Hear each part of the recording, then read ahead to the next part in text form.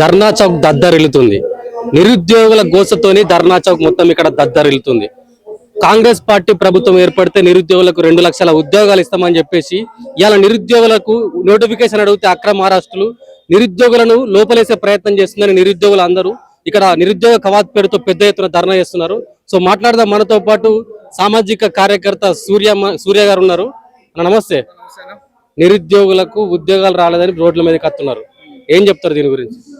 ఇది ఇవాళ కొత్తగా ఏం వస్తలేరు. తెలంగాణ సమాజం లోపల ఇప్పటి వరకు 60 ఏండ్లు గదే గోస నడిచింది, గదే కొట్లాట, గదే లొలి నడిచింది.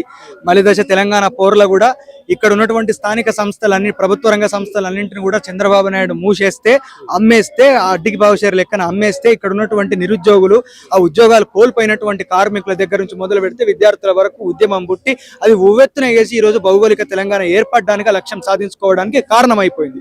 ఈరోజు ఇప్పటికీ ఎందుకు ఆ ఉద్యమం జరిగింది? ప్రత్యేక రాష్ట్రం వస్తే ములికి రూల్ ఎందుకు పెట్టుకున్నాం? మనం స్థానికంగా ఉన్నటువంటి విద్యార్థులకు, నిరుద్యోగులకు, ఈ తెలంగాణ ప్రజలకు ఈ సంపద లోపట, ఈ ఉద్యోగాల లోపట సమానం కాదు, మెజారిటీ భాగస్వామ్యం రావాలని చెప్పి ఆ రోజు ములికి రూల్ వచ్చింది. కాబట్టి ఆ ములికి రూల్ రావాలని చెప్పి కోరుకున్నారు, ఉద్యమం చేసిరు. ఆనాడు అది రాలేదు. ఈ రోజు కూడా, ఈనాటికి కూడా తెలంగాణ సమాజం లోపల ఎంతమంది తెలంగాణ స్థానిక ప్రజలకు ఈ రోజు ఉద్యోగాలు వస్తున్నాయి. ప్రైవేట్ ఇండస్ట్రీస్ నుంచి మొదలు పెట్టుకుంటే గవర్నమెంట్ ఇండస్ట్రీస్ వరకు, మొత్తం లేబర్ గ్రేడ్ నుంచి మొదలు పెట్టుకుంటే ఏ గ్రేడ్ వరకు, ఫస్ట్ గ్రేడ్ వరకు ఎవరికి న్యాయం జరిగిందని చెప్పి ఈరోజు ఒక్కసారిగా మనం ప్రశ్న వేసుకుంటే, ఒక్కసారి మనం సంక్రాంతికి చూస్తున్నాం ఎన్ని లక్షల బండ్లు ఈరోజు మన బార్డర్ దాటుతున్నాయి, ఎన్ని లక్షల మంది ఈరోజు వలస వచ్చి ఇక్కడ ఇతర రాష్ట్రాల నుంచి వచ్చి ఇక్కడ ఉద్యోగాలు చేసుకుంటున్నారు.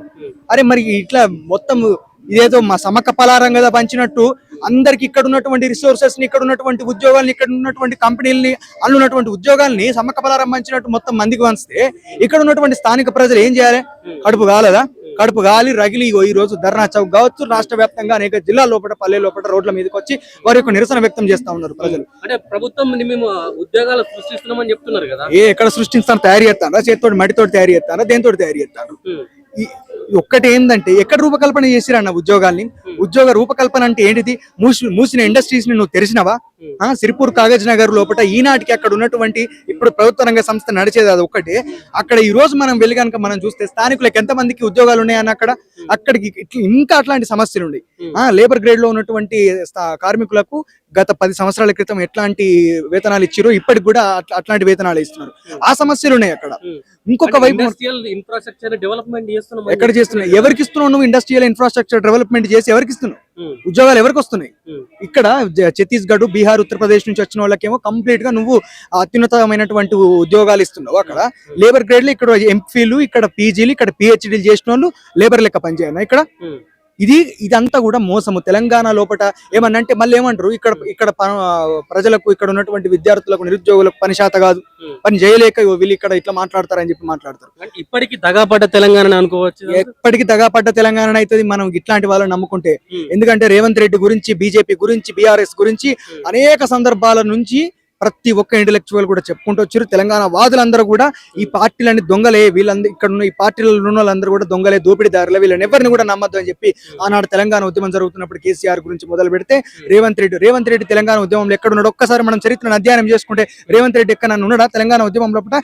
తెలంగాణ వచ్చే మూమెంట్ ఆ గాలి గమనించి వాళ్ళ అగ్రకులం ఉన్నందుకు ప్రశ్నిస్తున్నారా, లేకపోతే నిజంగానే పేద బడుగు బలహీన వర్గాలకు న్యాయం జరగలేదు? బడుగు బలహీన వర్గాలకు నిజంగా న్యాయం జరగలేదు. అట్లా వాళ్ళకు న్యాయం జరగకుండా చేసింది అగ్రవర్ణాలే. కాకపోతే అగ్రవర్ణాలు బానిసలుగా ఉన్నది ఏంది? బడుగు బలహీన వర్గాల నుంచి వచ్చినటువంటి కొంతమంది నాయకులే బానిసలే కదా ఈ బానిసత్వానికి కారణం. మరి ఈ రోజు వివిధ పార్టీల నుంచి వచ్చి నేతలు ఇక్కడ కూర్చుంటా ఉన్నారు. నేను వాళ్ళందరినీ ప్రశ్నిస్తా ఉన్నా, మీరు అధికారంలో ఉన్నప్పుడు ఏం చేసిండ్రు? బీఆర్ఎస్ పార్టీ ఎందుకు తను ఇచ్చినటువంటి హామీలను నెరవేర్చారు? ఇంటికి ఒక ఉద్యోగం ఎందుకు ఇవ్వలే? ఒకసారి ఆత్మవిమర్శ చేసుకోండి, ఒకసారి అద్దం ముంగట్టుకు పోయి నిల్చొని మాట్లాడుకోండి. బీఆర్ఎస్ పార్టీకి సంబంధించినటువంటి నాయకులను అడుగుతున్నా, బీజేపీకి ఏం హక్కు ఉందని ఈ రోజు ఇక్కడ తెలంగాణ, మీరు రాష్ట్ర విభజనను వ్యతిరేకించినటువంటి పార్టీ, తెలంగాణ వాదాన్ని వ్యతిరేకించినటువంటి పార్టీ బీజేపీ ఈ రోజు ఏమంటాంది? ఏటా 2 కోట్ల ఉద్యోగాల రూపకల్పన చేస్తానటువంటి హామీ మోడీ ఇచ్చిండా లేదా? ఎక్కడ నెరవేర్చిండు? ఎన్ని కోట్ల ఉద్యోగాలు ఇచ్చిండు? తెలంగాణకి ఎన్ని ఇండస్ట్రీస్ వచ్చినాయి? ఎన్ని ప్రభుత్వ రంగ సంస్థలు వచ్చినాయి? అన్ని ప్రైవేటైజేషన్ ఉన్న వాటిని ప్రైవేటైజేషన్ చేసి గ్లోబలైజేషన్ లో భాగంగా అన్ని ప్రైవేటీకరణ చేస్తున్నామని చెప్పి. దేనికి గ్లోబలైజేషన్? ఎందుకు ప్రపంచీకరణ? ఈ ప్రపంచీకరణ అనేటటువంటి విషయమే పెద్ద దోపిడీకి, అంటే సంపద మొత్తం కూడా కొన్ని కార్పొరేట్ శక్తుల చేతుల లోపల ఉంచుకోవడానికి తప్పించి ఇదేం లేదు. నువ్వు ప్రపంచీకరణ పెట్టుబడి విధానాన్ని ఇక్కడ తీసుకొని వస్తే ఏమైతుంది? ఇప్పటికే వృత్తులన్నీ నశించిపోయినాయి. ఒకప్పుడు కుటీర పరిశ్రమలు పెట్టాలని చెప్పి పల్లె కన్నీరు పెడుతుందో అని చెప్పి అక్కడ గోరెటెంకాని ఎందుకు పాట రాసిండు? అప్పుడు వృత్తుల మీద ఆధారపడి అనేక కులాలు జీవించినాయి కాబట్టి రెడీమేడైజ్ అయిపోయినటువంటి ఈ ప్రపంచీకరణ విధానాల వల్ల అక్కడ ఉన్నటువంటి ఇక్కడ మన భారతదేశం లోపల మెజారిటీ భాగం ఉన్నటువంటి వృత్తి పనుల ఉత్పత్తి ఆర్థిక వ్యవస్థకు సంబంధించినటువంటి కులాలన్నీ కూడా చాలా తీవ్రంగా నష్టపోయినాయి కాబట్టి వాళ్ళందరినీ మళ్ళీ న్యాయం చేయడానికి, వాళ్ళందరికీ కూడా న్యాయం చేయడానికి కుటీర పరిశ్రమలు పెట్టాలన్నటువంటి నినాదం అప్పుడు ఎత్తుకున్నాం. ఇప్పుడు అట్లా లేదు కదా, సమాజం వృత్తులన్నీ విచ్ఛిన్నం అయిపోయినాయి. అందరూ కులం సంబంధించినటువంటి పనులను చేసే పరిస్థితి ఉంది. ఇప్పుడు ఎన్ని కులాలు నాశనం అయిపోయినాయి. ఈ రోజు అవసర పని నాశనం అయిపోయింది, వడ్ల పని నాశనం అయిపోయింది, మిషన్లు వచ్చినాయి. చేతి పనిముట్లకి ఈ రోజు రోజులే లేవు కదా, రెడీమేడైజ్ అయిపోయింది కదా, అప్డేట్ అయిపోయింది కదా. ఇప్పుడు ఇక్కడ ఏం కావాలి? విద్య కావాలి, స్కిల్ ఎడ్యుకేషన్ కావాలి, వొకేషనలిజం పోవాలి. ఒక సైకిల్ ఎట్లా తయారు చేస్తాం, సైకిల్ కున్న రిమ్ ఎట్లా తయారు చేస్తాం, దానికి ఉన్న సలాక్ ఎట్లా తయారు చేస్తాం, అందులో ఆయిల్ ఎట్లా తయారు చేస్తాం, ఇది కదా స్కిల్. ఈ స్కిల్ ఎడ్యుకేషన్ లేకపోతే ఫోర్త్ ఎకనామిక్ గా తయారైంది ఇండియా కాదన్న. ఒక విషయం నాకు అర్థం కానిది ఏంటంటే, నువ్వు జిఎస్టి పేరు మీద ఇన్ని సంవత్సరాలు వసూలు చేస్తే ఒక 200-300 లక్షల కోట్ల యొక్క ప్రజాధనాన్ని దోచుకున్నప్పుడు ఆ ప్రజాధనంతో నువ్వు ఏ రకంగా ఎందుకు నువ్వు దాని 4th లార్జెస్ట్ ఎకానమీగా ఈ యొక్క నేషన్ భారతదేశాన్ని నువ్వు నిలపలేకపోయినావు? ఈ మొత్తం ఉన్నటువంటి ఇండస్ట్రీని అమ్మితే ఎంత వస్తుంది నీకు? 100 లక్షల కోట్లు వస్తాయా? మా అంటే 4 లక్షల కోట్లు వస్తాయి, 5 లక్షల కోట్లు వస్తాయి. ఇక్కడ ఈ యొక్క అబద్ధాన్ని ప్రజలు అర్థం చేసుకోవాలి కదా. 5 లక్షల కోట్లు అమ్మితే వీడు 4th లార్జెస్ట్ ఎకానమీగా చేస్తా అని చెప్పని అంటున్నాడు. అరే 100 లక్షల కోట్లు మన దగ్గర నుంచి దోసుకున్నాడు కదా ఇన్ని సంవత్సరాల నుంచి, మరి ఎందుకు చేయలేకపోయాడు? 5 లక్షల కోట్ల దోసుకున్న దాంట్లో ఏమాత్రం అంటే ఇది ఇండస్ట్రీస్ అమ్మడానికి, ప్రభుత్వం రంగ సంస్థలను ప్రజల నుంచి దూరం చేయడానికి, వాళ్ళ వాటాను అందులోకి తీసేయడానికి ఈ రోజు ఇది కుట్రపూరితంగా ఈ రోజు మెజారిటీ బీసీ ఎస్సీ ఎస్టీ ప్రజలను మోసం చేసేటువంటి కుట్ర అని చెప్పి ప్రజలు అర్థం చేసుకోవాలి. కాబట్టి ఇదంతా కూడా ఈ గ్లోబలైజేషన్ కావచ్చు, పెట్టుబడిదారీ విధానాలు కావచ్చు, నూతన ఆర్థిక విధానాలు కావచ్చు, బలహీన వర్గాల మీద కుట్ర జరుగుతుందని మీరు అంటున్నారు. ఎప్పటి నుంచో జరుగుతుంది, ఇంకా జరుగుతుంది. బలహీన వర్గాలకు చెందిన వాడే ప్రధానమంత్రి బడుగు బలహీన వర్గాల మీద కుట్ర చేసే ప్రయత్నం. ఎవరు బడుగు బలహీన వర్గాలకు బీసీ ట్యాగ్ రెడ్డి ఆయనకు బీసీ ట్యాగ్ తలిగిస్తాం. బడుగు బలహీన వర్గం అవుతాడా చెప్పన్నా? కాపోళ్ళు ఇక్కడ బీసీలు, అక్కడ ఆంధ్రప్రదేశ్ ముద్రగడ పద్మనాభం ఎందుకు చేస్తాడు లొల్లి, ఎందుకు కొట్లాట చేస్తాడు? బీసీలలో ఆయనకు రిజర్వేషన్ కావాలనే కదా చేస్తాడు. మరి కాపోలను నువ్వు బడుగు బలహీన వర్గం అంటావా? కమ్మలను బడుగు బలహీన వర్గం అంటావా? ఈయనది ఏంటిది తేలి అని ఒక కమ్యూనిటీ వీళ్ళది. ఏంటంటే గానుగలు వేసి నూనె తిత్తారు చూడు, పల్లిలో కుడుగలు వేసి గది, అది పెద్ద అది ముస్లిమ్స్ వీళ్ళందరూ కలిసి ఒక కమ్యూనిటీ. అసలు అప్పుడు అది ఈ 2 ముస్లిమ్స్ నుంచి డివైడ్ అయిపోయిన వాళ్ళే వీళ్ళు. ఏది నరేంద్ర మోడీకి సంబంధించినటువంటి తెలి కమ్యూనిటీ ఇది.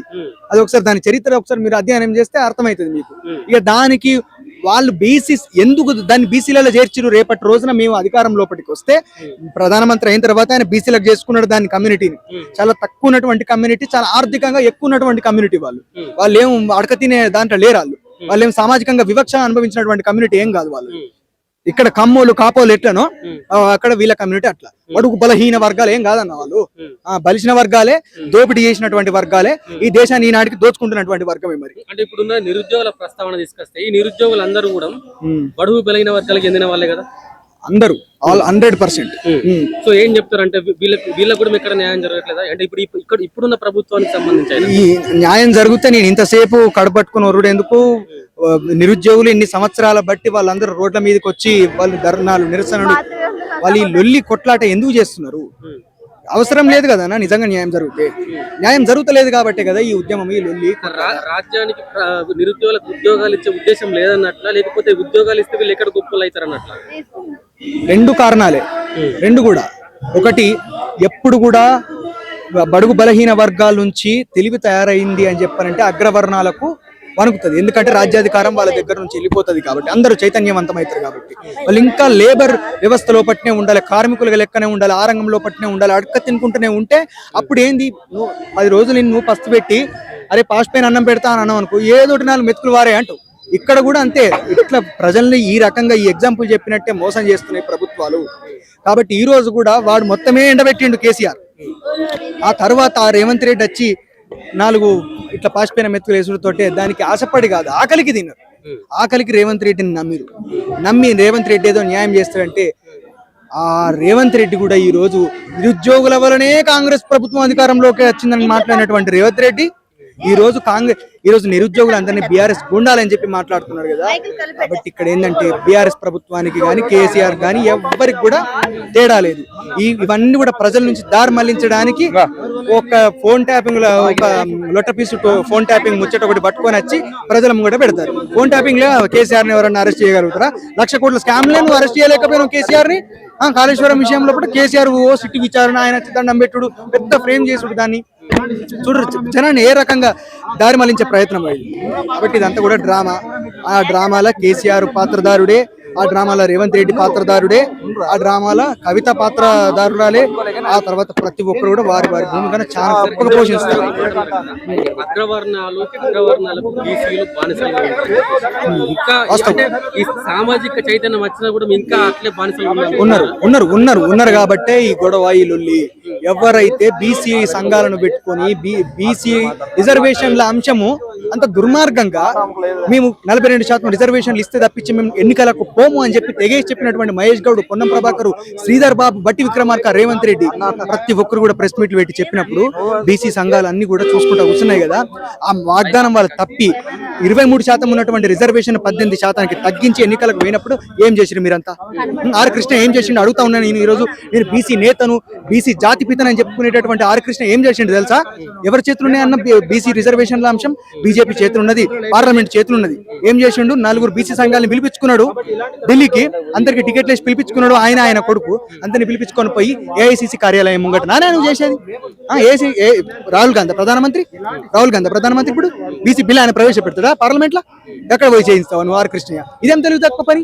ఏదో నిరసన వ్యక్తం చేసినామని చెప్పి ప్రజలకు చెప్పడానికి కాకపోతే ఇదంతా కనీసం ప్రజలు చూస్తే ఉమ్మేసిపోయే పరిస్థితి. ఈరోజు బీసీ సంఘాలు ఎక్కడ సంఘటితంగా ఉన్నాయి, ఎక్కడ ఐక్యంగా ఉన్నాయి? తమిళనాడు తరహాలో కేంద్రం మీద ఒత్తిడి తీసుకురాలేకపోతుంది తెలంగాణ కాంగ్రెస్ పార్టీ, అందువలన బీసీ రిజర్వేషన్లు రావట్లేదని చెప్పేసి కూడా కొంతవరకు ఎలిగేషన్స్ వస్తున్నాయి కదా. మీరేం చెప్తారు? కాంగ్రెస్ పార్టీ దొంగ, మీరేం చేసారు? ఆర్ కృష్ణ ఏం చేసిండు? బీజేపీ ఏం చేసింది? కులగణన చేస్తామని చెప్పి ఇంకా ఎన్ని రోజులు జాప్యం చేస్తారు?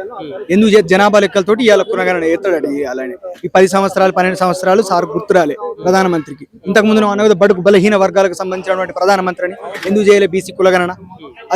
అది క్వశ్చన్ వేసినావు ఎప్పుడన్నా? ఆర్ కృష్ణయ్య ఎప్పుడన్నా వేసినావు? రాజ్యసభ సీట్ ఇచ్చుడుతోటే కథం ఇక నావడని చెప్పి అనుకుంటుంది.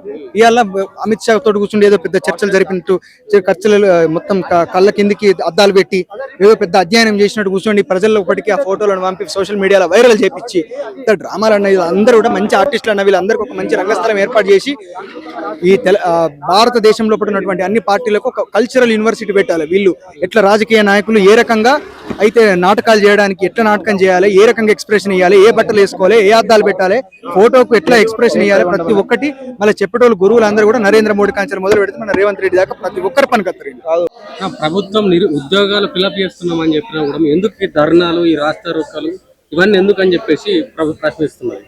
ఎవరికి ఇచ్చిండు ఉద్యోగం? ఎవరికైనా ఉద్యోగాన్ని ఇచ్చిందా? 2 సంవత్సరాల మాయ మాటలు చెప్పి ఇప్పటి వరకు ఒక్క ఉద్యోగ నోటిఫికేషన్ నింపలేనటువంటి ఒక దౌర్భాగ్యుడు రేవంత్ రెడ్డి. ఏమన్నాడు? మేనిఫెస్టోలో 2 లక్షల ఉద్యోగాలు ఇస్తాం, మా ప్రభుత్వం రావాలి, మొత్తం వచ్చిన తర్వాత మొత్తం మీరే ఉద్యోగాలు వేయండి అంటని మాయమాటలు చెప్పిండు. ఎన్నికల మేనిఫెస్టోలు చెప్పిండు. ఎన్నికలు గెలిచిన తర్వాత విద్యార్థులను మోసం చేసిండు.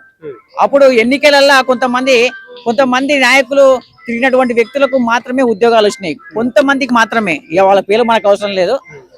అలాంటి వ్యక్తులకు ఉద్యోగాలు వచ్చి విద్యార్థులను మోసం చేసినటువంటి దౌర్భాగ్య పరిస్థితి ఈ రోజు రాష్ట్రంలో ఉన్నది. మీరు ఇస్తున్నటువంటి 2 లక్షల ఉద్యోగాలు వేసే వరకు ఈ రాష్ట్రంలో మేము ధర్నాలు చేస్తూనే ఉంటాము, అదే నిరసనలు తెలియజేస్తూనే ఉంటాము.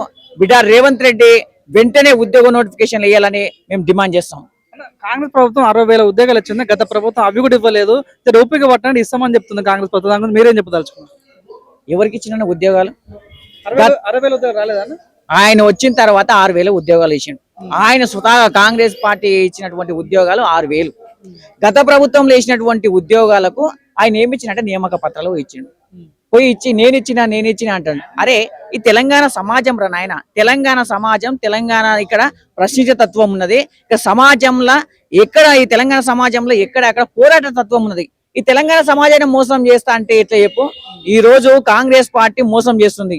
ఈ రోజు ఒక చదువురాని దద్దమ్మని ఈ రోజు ముఖ్యమంత్రిగా పెట్టుకొని విద్యాశాఖ మంత్రిగా ఉండడం వల్ల తెలంగాణ సమాజంలో ఉన్నటువంటి మంచి మంచి మేధావులు ఇట్లా వాళ్ళ కొంత ఒత్తాస పడకం వల్ల ఈ రోజు ఈ దౌర్భాగ్య పరిస్థితి ఏర్పడ్డది.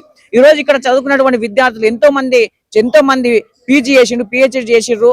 ఒక్కొక్కరు కొన్ని సంవత్సరాల నుంచి ఉద్యోగాల కోసం ఈ రోజు వెయిట్ చేస్తా ఉన్నారు. అలాంటి విద్యార్థులను ఏదో గాలికి వదిలేసి ఈ రోజు తను ఏదో దావోస్ పోయి ఏమన్నా తీసుకొచ్చినావా? జీరో. ఈరోజు దావోస్ పోయి కాలయాపన, డైవర్షన్ పాలిటిక్స్ చేసి తప్ప ఈరోజు ఉద్యోగాలు వెళ్ళినటువంటి దౌర్భాగ్య పరిస్థితి ఈ రోజు రాష్ట్రంలో ఉన్నది. బిడ్డ ఈ రోజు ఇదే నిరుద్యోగులు, ఇదే ఇందిరా పార్క్ సాక్షిగా, ఇదే ఉస్మాన్ షెట్ సాక్షిగా, ఇదే అశోక్ నగర్ సాక్షిగా, ఇదే దిల్సుఖ్నగర్ సాక్షిగా ఇదే నిరుద్యోగులు రాష్ట్రంలో రాబోయే తరంలో నీ కాంగ్రెస్ పార్టీని బొంద పెడతారని నేను తెలియజేస్తున్నా. అన్న, ఒకవేళ మీరు అన్నట్టుగా ఇప్పుడు జాబ్ క్యాలెండర్ అడుగుతున్నారు, నోటిఫికేషన్ అడుగుతున్నారు. సో ఒకవేళ ఇవ్వకుంటే ఏం చేస్తారన్న మీరు?